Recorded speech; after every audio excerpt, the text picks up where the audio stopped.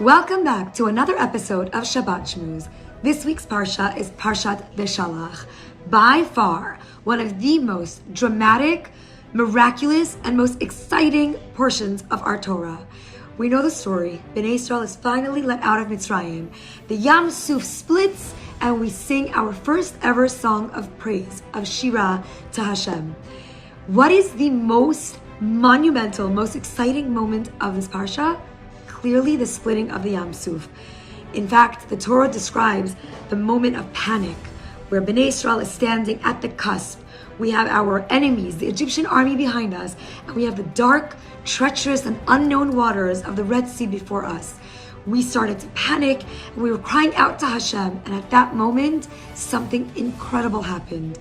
As soon as Bnei Yisroel started to cry out to Hashem, Hashem said to Moshe, "Vayomer Hashem el Moshe." Hashem called out to Moshe, "Ma titzak elai? Why do you cry out to me?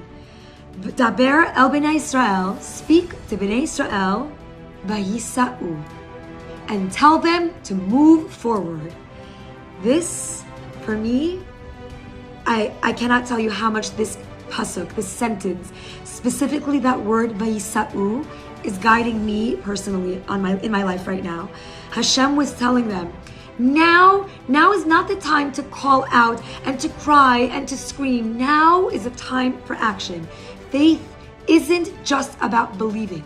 Faith is about putting that thought into motion and moving forward, taking a step forward even when the outcome is unclear.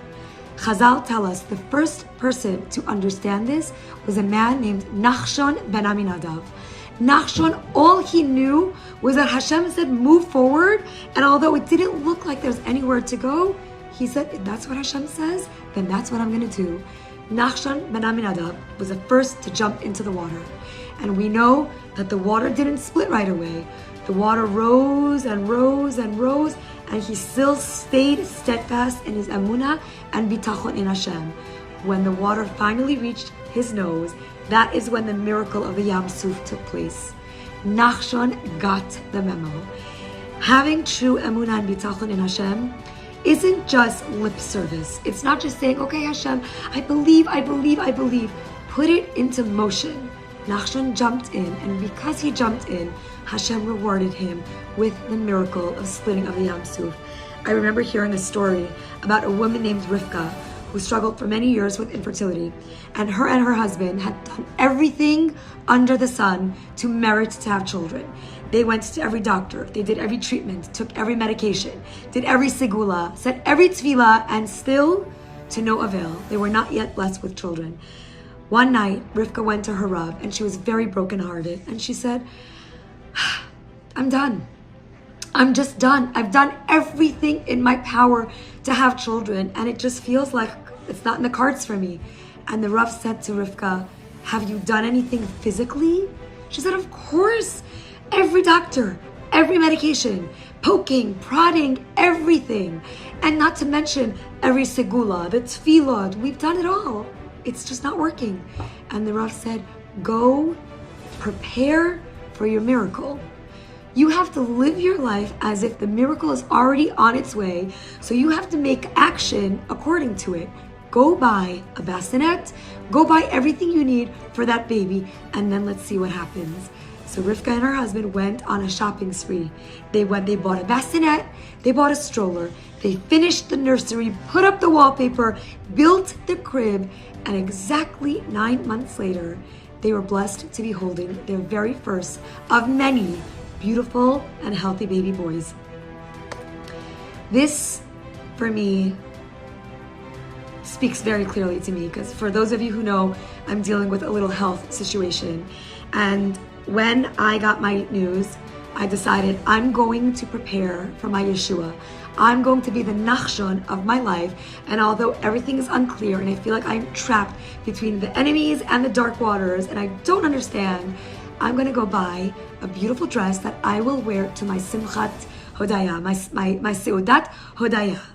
And I did. And in fact, I gave it to be altered, and I have it waiting for me. So that was my Nachshon moment. So for everybody listening on, I want you all to practice the spiritual homework this week. We're all going through something. Nobody's being spared. These are the final birth pangs of Mashiach, Bezrat Hashem. When you feel like you're trapped between your enemies, the Egyptian army, and the unknown waters, and you have no idea what to do, take a step forward, physically. Do an action you wouldn't normally do and show Hashem you're gonna be the nachshon of your story. So, spiritual homework time. If you've been waiting to start a project, a mitzvah, hair covering, tzniut, a tefillah, a shiur, a fundraiser, whatever. Be the nachshon of your story, because faith needs action. So we need to take that idea and put it into play and show Hashem, we're not just going to believe in you, we're going to show you how much we believe in you. And we're going to jump into those treacherous waters, and then Hashem will see that we really mean business, and Bezrat Hashem, then Hashem will split our Yam Suf. So many of us need Yam Suf level miracles, and Bezrat Hashem, in the zechut of this week's Parsha, Parshat Beshelach, may we all merit to see Nisim v'Niflaot with our very own eyes.